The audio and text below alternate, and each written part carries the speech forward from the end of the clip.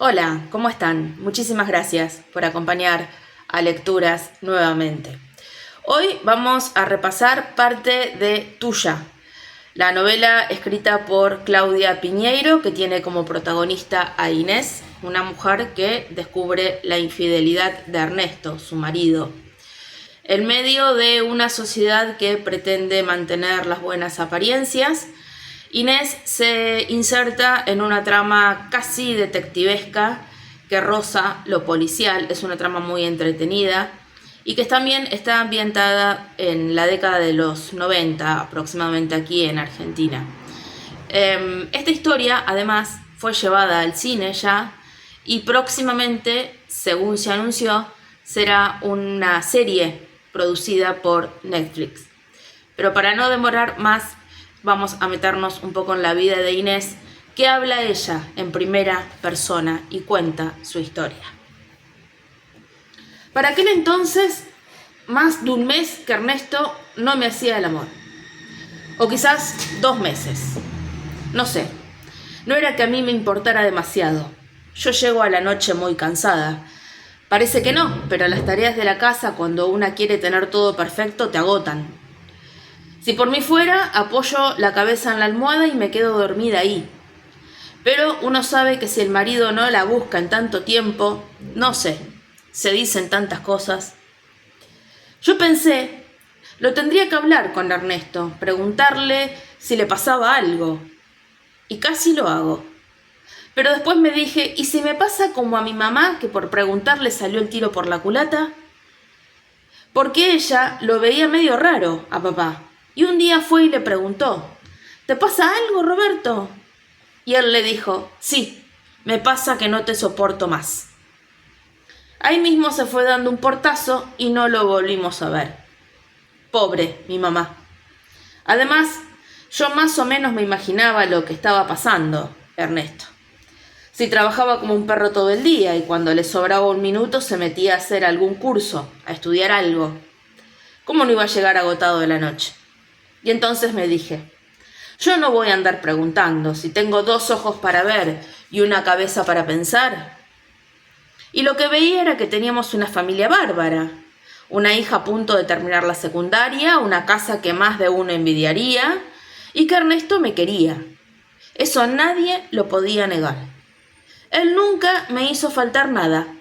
Entonces me tranquilicé y me dije, el sexo ya volverá cuando sea el momento. Teniendo tantas cosas, no me voy a andar fijando justo en lo único que me falta. Porque además, una ya no vive en los años 60. Ahora una sabe que hay otras cosas tanto o más importantes que el sexo. La familia, el espíritu, llevarse bien, la armonía. ¿Cuántos hay que en la cama se llevan como los dioses y en la vida se llevan a las patadas? ¿O no? ¿Por qué iba a buscarle la quinta pata al gato, como hizo mi mamá? Pero al poco tiempo me enteré de que Ernesto me engañaba. Fui a buscar una lapicera y como no encontraba ninguna, abrí su maletín y ahí estaba. Un corazón dibujado con rouge, cruzado por un te quiero y firmado Tuya. Una reverenda grasada. Pero la verdad es que en ese momento me dolió. Estuve a punto de ir ahí mismo y refregarle el papel por la cara y decirle, pedazo de hijo de puta, ¿qué es esto? Pero por suerte conté hasta 10, respiré hondo y dejé todo como estaba. Me costó fingir en la cena. Lali estaba en uno de esos días en que nadie la soporta, excepto Ernesto. A mí ya ni me afectaba, así era nuestra hija y estaba acostumbrada. Pero a Ernesto le costaba. Él le hablaba y ella contestaba con monosílabos. Yo no estaba en condiciones de aportar nada. Con lo que había descubierto tenía suficiente. Pero tenía miedo de que se me notara. Yo siempre tapo todos los silencios. Cubro los baches cuando una conversación no está bien armadita. Es como un don que tengo. Para evitar sospechas, les dije que me sentía mal, que me dolía la cabeza. Creo que me creyeron. Y mientras Ernesto monologaba con Lali, yo me iba imaginando qué le iba a decir. porque mi primera reacción de preguntarle ¿qué es esto? Ya la había descartado. ¿Qué me iba a contestar? ¿Un papel con un corazón, un te quiero, una firma? No, esa era una pregunta estúpida. Lo importante era saber si ese papel significaba algo importante para él o no. Porque en definitiva, y por más que a una le pese, a toda mujer en algún momento le meten los cuernos. Es como la menopausia, puede tardar más o menos, pero ninguna se salva. Lo que pasa es que hay algunas que nunca se enteran. Y esas la pasan mejor, porque para ellas la vida sigue igual. En cambio, las que nos enteramos empezamos a preguntarnos quién será ella, dónde fallamos, qué tenemos que hacer, si tenemos que perdonar o no, cómo cobrarles a ellos lo que nos hicieron, y para cuando el susodicho ya dejó a la otra, el enredo mental que nos armamos es tan grande que ya no podemos volver atrás. Hasta corremos el riesgo de terminar inventando una historia mucho más grave y rebuscada que la verdadera. Y yo no quería equivocarme como se equivocan tantas mujeres. Porque en definitiva, una mujer que dibuja un corazón con rouge y firmaba tuya, no podía ser alguien importante en la vida de Ernesto. Yo lo conocía a Ernesto. Él detestaba ese tipo de cosas. Se debe estar sacando alguna calentura, pensé. Porque hoy por hoy las mujeres están muy lanzadas. Ven a un tipo y lo buscan y el tipo si no hace algo se siente un imbécil. La verdad, me dije. ¿Para qué lo voy a ir a encarar a Ernesto y hacerle todo un planteamiento cuando dentro de una semana esta mujer ya va a ser historia antigua? ¿O no? Lo único importante era mantenerse alerta. Estar segura de que la relación no avanzaba. Por eso empecé a revisarle los bolsillos, a abrirle la correspondencia, a controlarle la agenda, a escuchar del otro teléfono cuando él hablaba. Todo este tipo de cosas que haría cualquier mujer en un caso como este, como me imaginaba, no encontré nada importante. Alguna que otra notita más, pero poca cosa. Hasta que empecé a notar que Ernesto llegaba cada vez más tarde. Trabajaba los fines de semana, no estaba nunca. Lo único que no desatendía eran las reuniones por el viaje de egresados de Lali. Pero en todo lo demás, ausente sin aviso. Entonces me preocupé, porque si salía siempre con la misma mujer, la cosa se podía poner fea. Un día lo seguí. Fue un martes, me acuerdo del día exacto, porque veníamos de una reunión informativa por el viaje de Lali. Ernesto ya estaba mal, pero no me sorprendió porque ese viaje lo tenía loco. A mí me parecía que exageraba un poco. Se sabe que esos viajes son medio caóticos, pero una tiene que confiar en la educación que le dio a su hija. ¿Qué más se puede hacer? Ernesto quería controlar todo. Todo le parecía que estaba mal organizado. Apenas llegamos, Lali se encerró en su cuarto. Vive encerrada en ese cuarto. Nosotros fuimos a la cocina a comer algo. Ahí fue cuando sonó el teléfono y Ernesto atendió. Era tarde, diría que una hora inapropiada para llamar a una casa de familia. Ernesto se puso nervioso, más de lo que estaba. Empezó a discutir y en un momento se fue al escritorio para hablar más tranquilo. Yo levanté el tubo de la cocina y llegué a escuchar que ella le decía: «Si no venís ahora mismo, no respondo por mí». Y cortó. Ernesto volvió a la cocina. Disimulaba, pero los ojos le brillaban y tenía la mandíbula rígida. Hubo un problema muy serio en la oficina. Se cayó el sistema. «Anda tranquilo, a levantar el sistema, Ernie», le dije. Salí detrás de él, me subí a mi auto y lo seguí. Yo no soy de manejar, y menos de noche, pero era un caso de fuerza mayor. No iba a llamar a un taxi y decirle «siga ese auto», como en las series. ¿Qué sabía yo con lo que me iba a encontrar? Fue a los bosques de Palermo y estacionó junto al lago.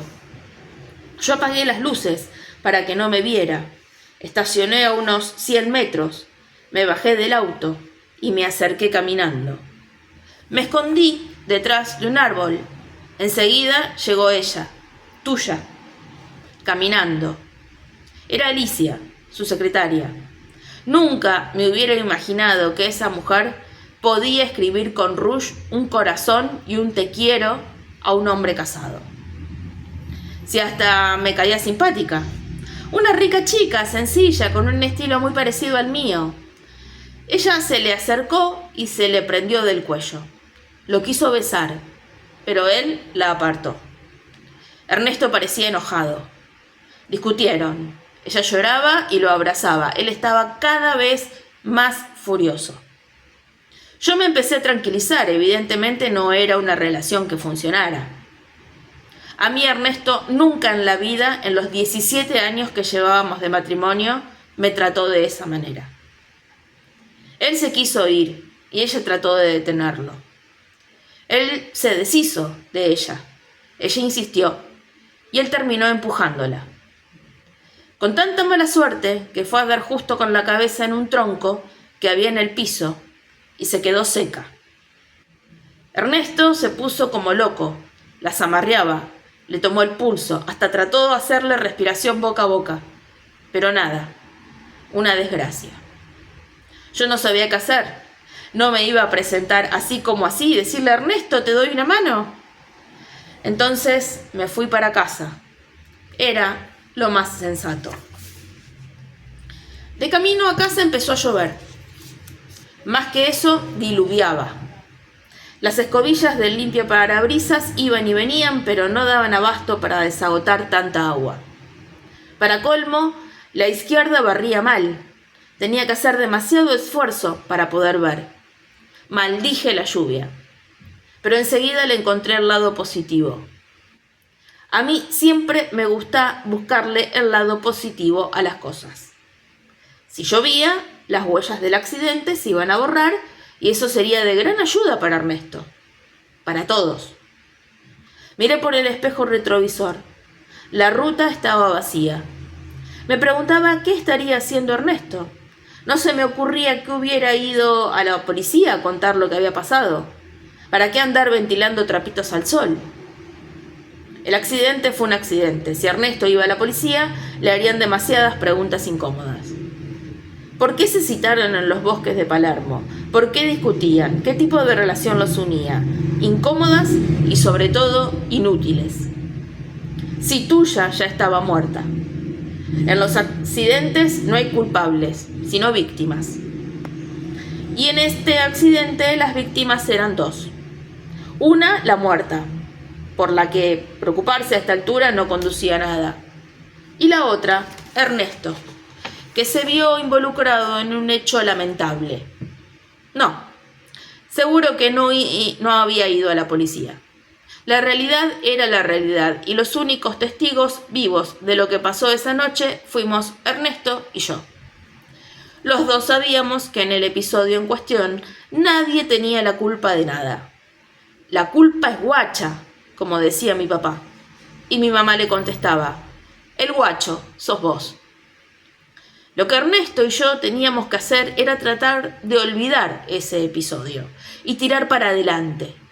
En cuanto Ernesto me contara todo, yo se lo diría. Estaba preparada, hasta lo había ensayado, y él se debía morir de ganas de contarme todo. Lo conocía tanto. Nosotros siempre nos contamos todo. Estábamos juntos desde los 19 años. Alguna que otra cosa, tal vez, cosas sin importancia, o cosas que mejor no decir para cuidar al otro. Porque en la pareja hay que cuidarse todos los días. Si no, la convivencia te mata. De hecho, él, hasta ese momento, nunca me había contado de Tuya, lo cual se entiende y le agradezco. Lo que decía, me cuidó. Y lo que también me daba la pauta de que no era un asunto importante. Si hubiera sido importante, Ernesto habría venido de frente, me habría dicho las cosas como eran y me habría dejado. Ernesto no sirve para andar ocultando cosas. Yo tampoco. Llegué a casa, estacioné el auto en el garage y lo sequé. Era difícil justificar que estuviera mojado. No quería andar inventando algo, que una farmacia, que un dolor de muelas. No iba a tener el mal gusto de inventar un velorio justo esa noche. Además, a mí no me gusta andar inventando. Cuando invento algo, me vende la cara. Subí a la planta alta, Lali dormía. Eso era importante. Cuanto menos supiera del movimiento de la casa esa noche, mejor. Me metí en mi cuarto. Me moría por saber qué estaba haciendo Ernesto en ese momento. Descartada por inútil la posibilidad de que hubiera ido a la policía, pensé que a lo mejor se había tomado un tiempo para arrastrar el cuerpo al lago, para que se hundiera.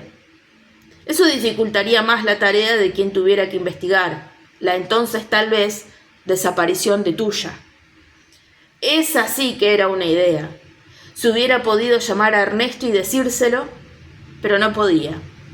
Él no sabía que yo también era parte de esa historia. Por un momento pensé en usar la misma táctica que para mi cumpleaños. Una especie de asociación libre inducida. Ernesto, anoche soñé con vos. Soñé que me regalabas para mi cumpleaños una campera de cuero color borrabino que me tiene loca, una que venden en el local 3 de la planta baja de las Galerías Pacífico. No sabés, fue un sueño re lindo, talle 42.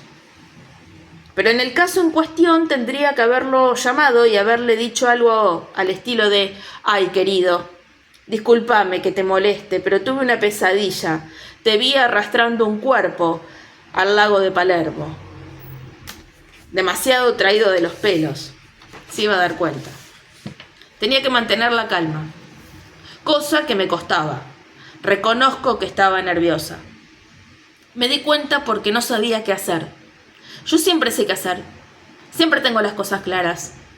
Pero esta vez estaba confundida. Está bien que uno no ve matar a una mujer todos los días. Y mucho menos que quien la mate sea su marido, el de una. Pero bueno, tampoco matar, que suena tan rotundo, tan de dedo índice, agitado en el aire, tan de maestra ciruela. Accidentar, tal vez sea un término más apropiado. O mejor, empujar y desnucar sin querer. Desnucar tampoco es una palabra de lo más feliz. Preterintencional. Esa la busqué en un diccionario jurídico la semana pasada, por las dudas. Que a causa de un empujón preterintencionado, ella se hubiera muerto, ya era otra cosa. Porque Ernesto no puso ahí el tronco donde fue a dar la cabeza de Tuya. Eso fue cosa del destino, que quiso que esa mujer terminara así, o de Dios. Y yo en esas cosas creo, y las respeto, y busco el mensaje, porque ¿por qué esa mujer terminó desnucada en los bosques de Palermo y no paseando con mi marido por la Recoleta? Las cosas son como son por algo. Pero volviendo a lo de mi confusión, porque yo en el tema del accidente y de las culpas tenía todo bastante claro, lo confuso para mí era decidir si era mejor esperar a Ernesto en la cama y hacerme la dormida o esperarlo sentada en el living.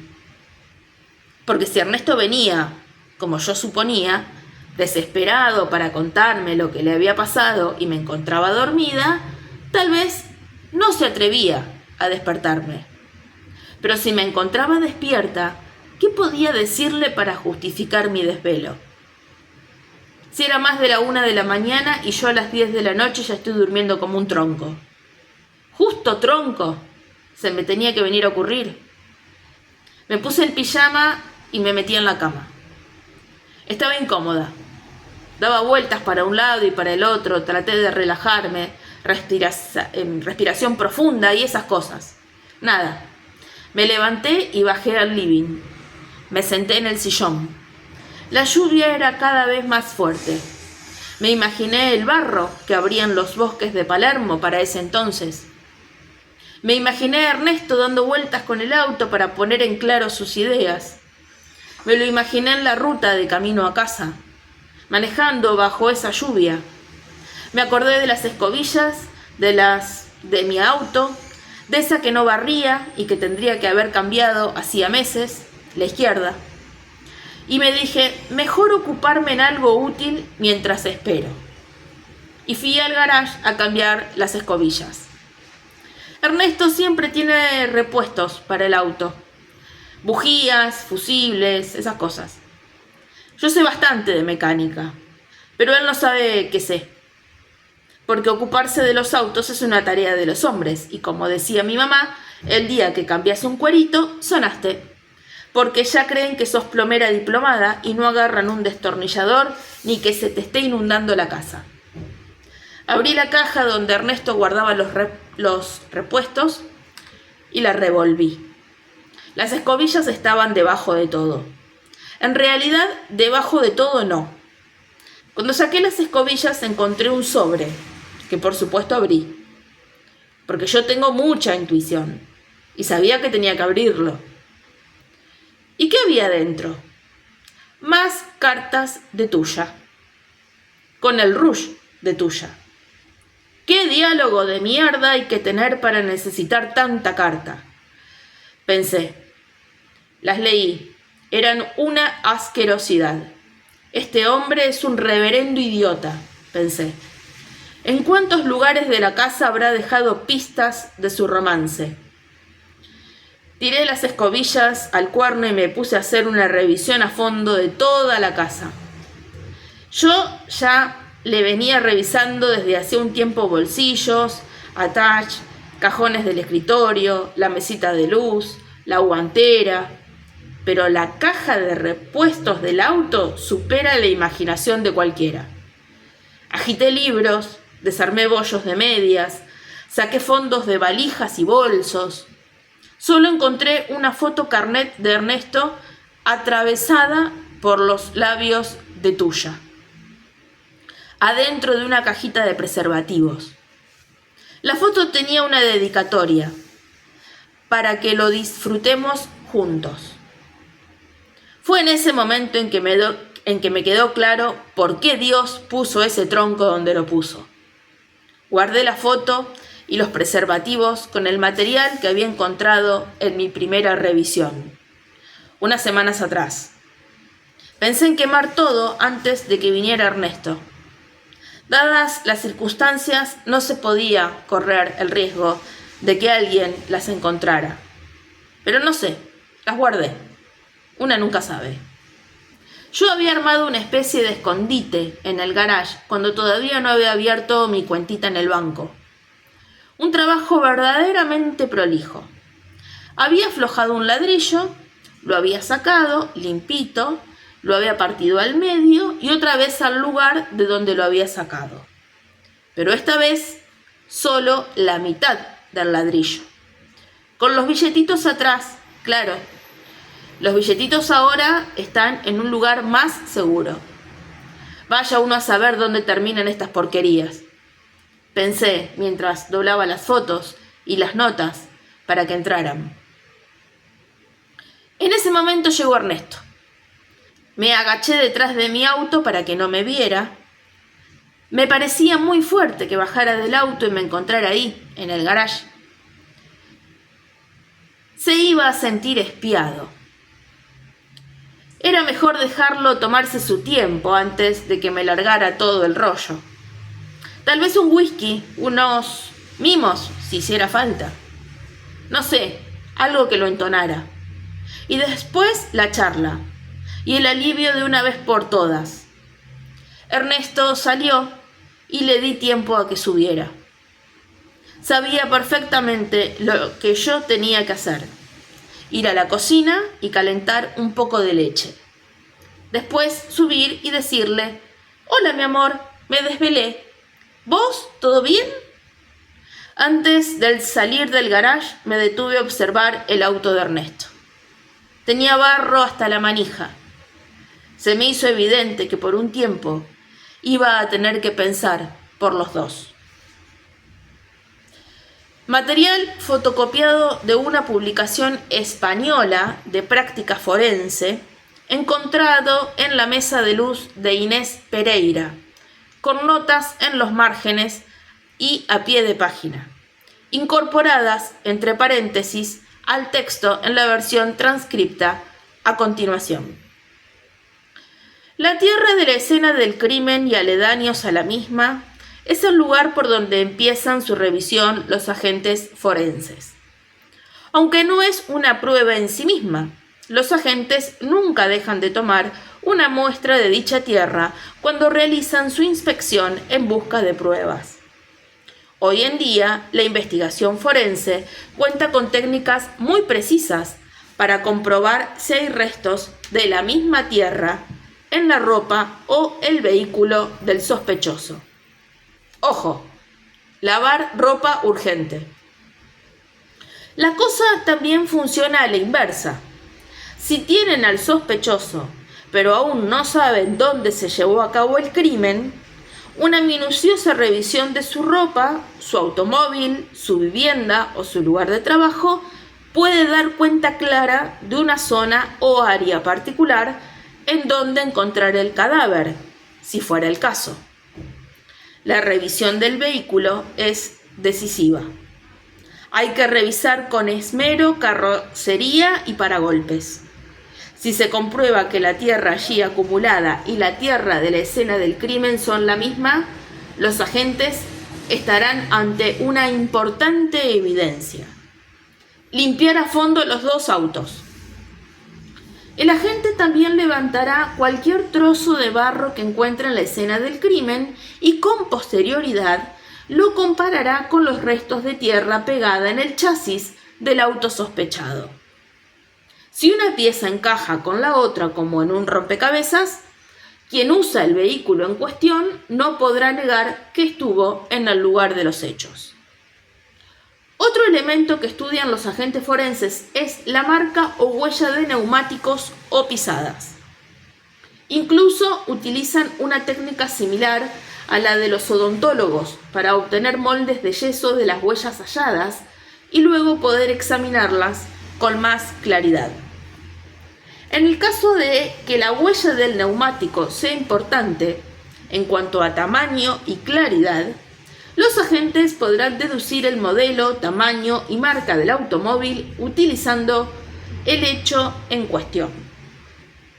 Si los neumáticos estaban deteriorados, harán una identificación mucho más exacta porque el dibujo estándar del fabricante se habrá transformado en otro.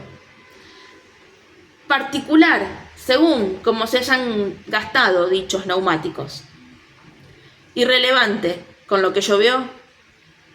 Las huellas de zapatos también son analizadas. Como mínimo indican cuánto calza quien llevaba esos zapatos, pero además, dada la diversidad de modelos de suela que hay en el mercado, muy probablemente el agente forense estará en condiciones de averiguar el tipo de calzado utilizado por quién o quiénes estuvieron en la escena del crimen. Es más, los agentes forenses se creen capaces de deducir de qué forma camina la persona que dejó esa huella, analizando a través de la misma cómo gastó la suela del zapato. Interesante, pero también irrelevante.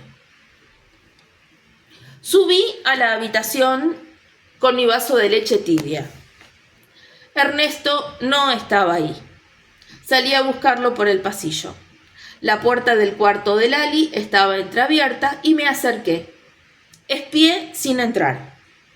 Ernesto lloraba sentado en el piso, junto a la cama de Lali. La acariciaba. Había tantas cosas por hacer y él se tomaba sus tiempos para sensiblerías. No se llora sobre la leche derramada. Se trae un trapo y se limpia. Y acá la única que había empezado a hacer un poco de limpieza era yo. Pero para limpiar como se debe, necesitaba que Ernesto de una vez por todas me contara lo que había pasado. Y por el momento parecía más interesado en llorar, velando el sueño de su hijita del alma. La consiente tanto. Lo que pasa es que Ernesto todavía se siente en falta con ella. Y eso que pasaron 17 años. Ernesto no estaba decidido a casarse. Decía que era demasiado pronto. Pronto, dijo mamá. Hacía 3 años que salíamos. Desde los 19. Lo tenés que apurar, nena, si no, no se va a decidir nunca. Y yo lo apuré. No me costó nada, quedé enseguida. Se lo dije, no bien me hice el análisis. Y él dudó. No de mí, dudó de tener el hijo. Nunca lo hablamos, pero yo sé que dudó. Ernesto estaba mudo, no decía una palabra. Yo no quería que se le cayera el ánimo, así que no paraba de hablarle. Le conté que había soñado que el bebé tenía sus mismos ojos. Le dije que ya tenía los nombres. Laura si era nena y Ernesto si era varón. Le conté lo feliz que se había puesto mamá cuando le dije que iba a ser abuela. Ernesto seguía sin decir una palabra. Ernesto, vos no estarás pensando en que me lo saque, ¿no? Fueron palabras mágicas. Ernesto se puso a llorar como un chico. Decía, perdóname, perdóname. Y sin dejarlo decir más, le agarré la mano, se la puse sobre mi panza y dije, bebé, te presento a tu papá. Me hubiera quedado esperándolo despierta. Quería que Ernesto me contara todo de una vez por todas, pero eran las 4 de la mañana y Ernesto no aparecía. Podía haber ido a buscarlo y decirle, Ernesto, ¿por qué no te dejas de joder y te venís a acostar de una vez por todas? Pero no. Había tenido un día muy duro. No era cuestión de seguir echando leña al fuego. A mí también me hacía falta descansar. Me tomé la leche, me metí en la cama y me dormí. El despertador me levantó a las 6:30. Ernesto no estaba a mi lado. No era lo habitual, él nunca se levantaba antes de las 7. Su lado estaba intacto. Me dio escalofríos imaginármelo dormido, acurrucado sobre la alfombra del cuarto de Lali. Fui a ver, pero ya no estaba ahí. Se estaba duchando. Me apuré, tenía que lavar su auto antes de que saliera. Lo dejé impecable a una velocidad asombrosa. Soy buena para esas cosas. Cuando entré en la cocina, Ernesto ya estaba ahí. Preparaba café. «Hola, querido», le dije. «Hola», me contestó y se sirvió café. Me senté frente a él y le sonreí. Quería que se sintiera a gusto, que viera que su mujer era un bálsamo capaz de curarle cualquier herida.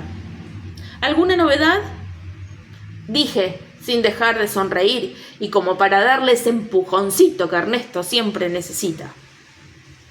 No me contestó. Me costó mantener mi sonrisa.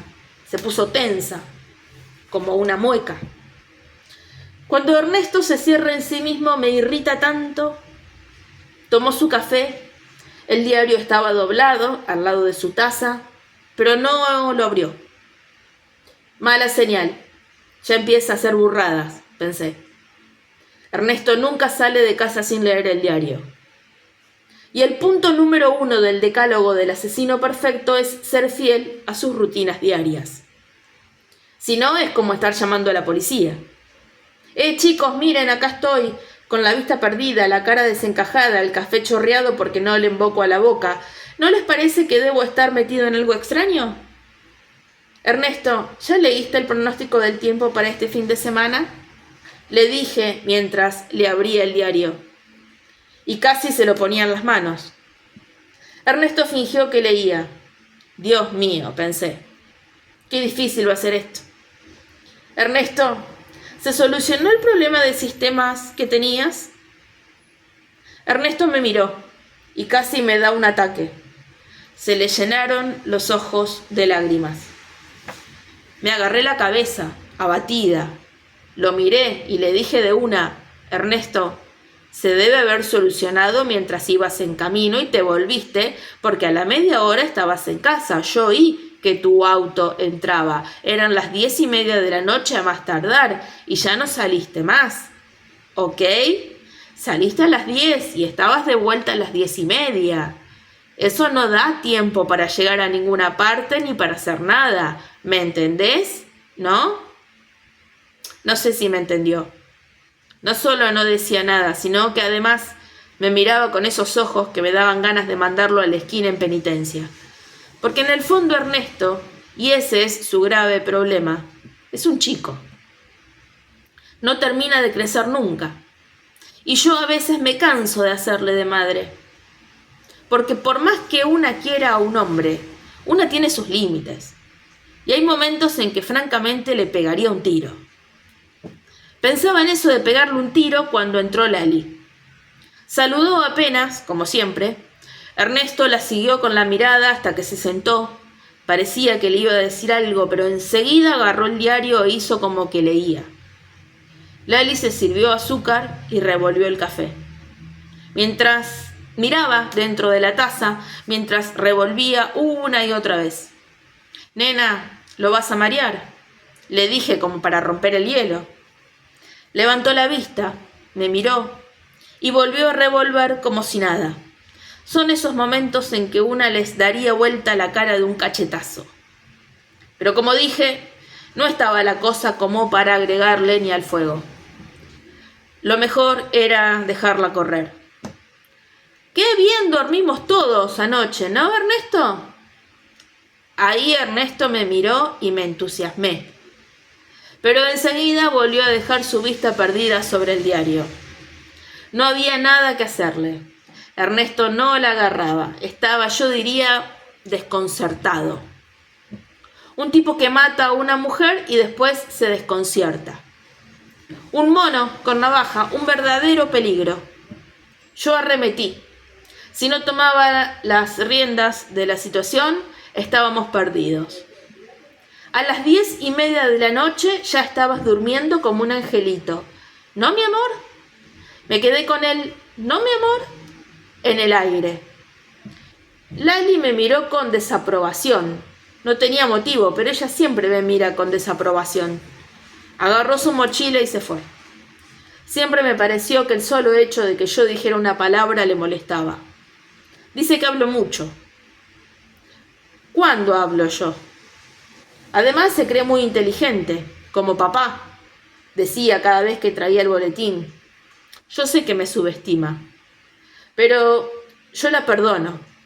¿Quién no puede perdonar cuando se trata de una hija? Ella fue siempre muy rígida, muy estructurada. Se cree que ser inteligente es sacarse 10 en matemáticas.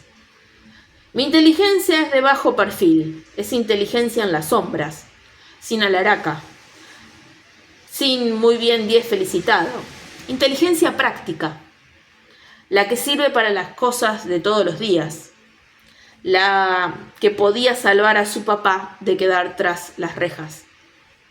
Mientras yo le armaba coartadas al inteligente de su padre, lo único que él hacía era sonarse los mocos. Antes de irse, Ernesto se acercó a mí y me dijo: «Esta noche me gustaría que tuviéramos tiempo para hablar, tranquilos». «Al fin». «Claro, mi amor», le dije. Y antes de salir agregó: «Si llaman de la oficina, avisa que voy a llegar recién al mediodía». Así comienza Tuya, esta novela de Claudia Piñeiro, muy interesante para conocer la mentalidad de una mujer de una clase media acomodada que se preocupa por mantener las apariencias, pero que no deja de sufrir por los engaños de su marido. Y también es singular, y por eso recomiendo la lectura, lo que ocurre con esa hija adolescente. Quizás en otro video lo podamos repasar. Muchas gracias y no se olviden de compartir este video si les interesa, de suscribirse al canal, de poner el pulgar hacia arriba y de dejar comentarios. Muchísimas gracias nuevamente. Hasta la próxima.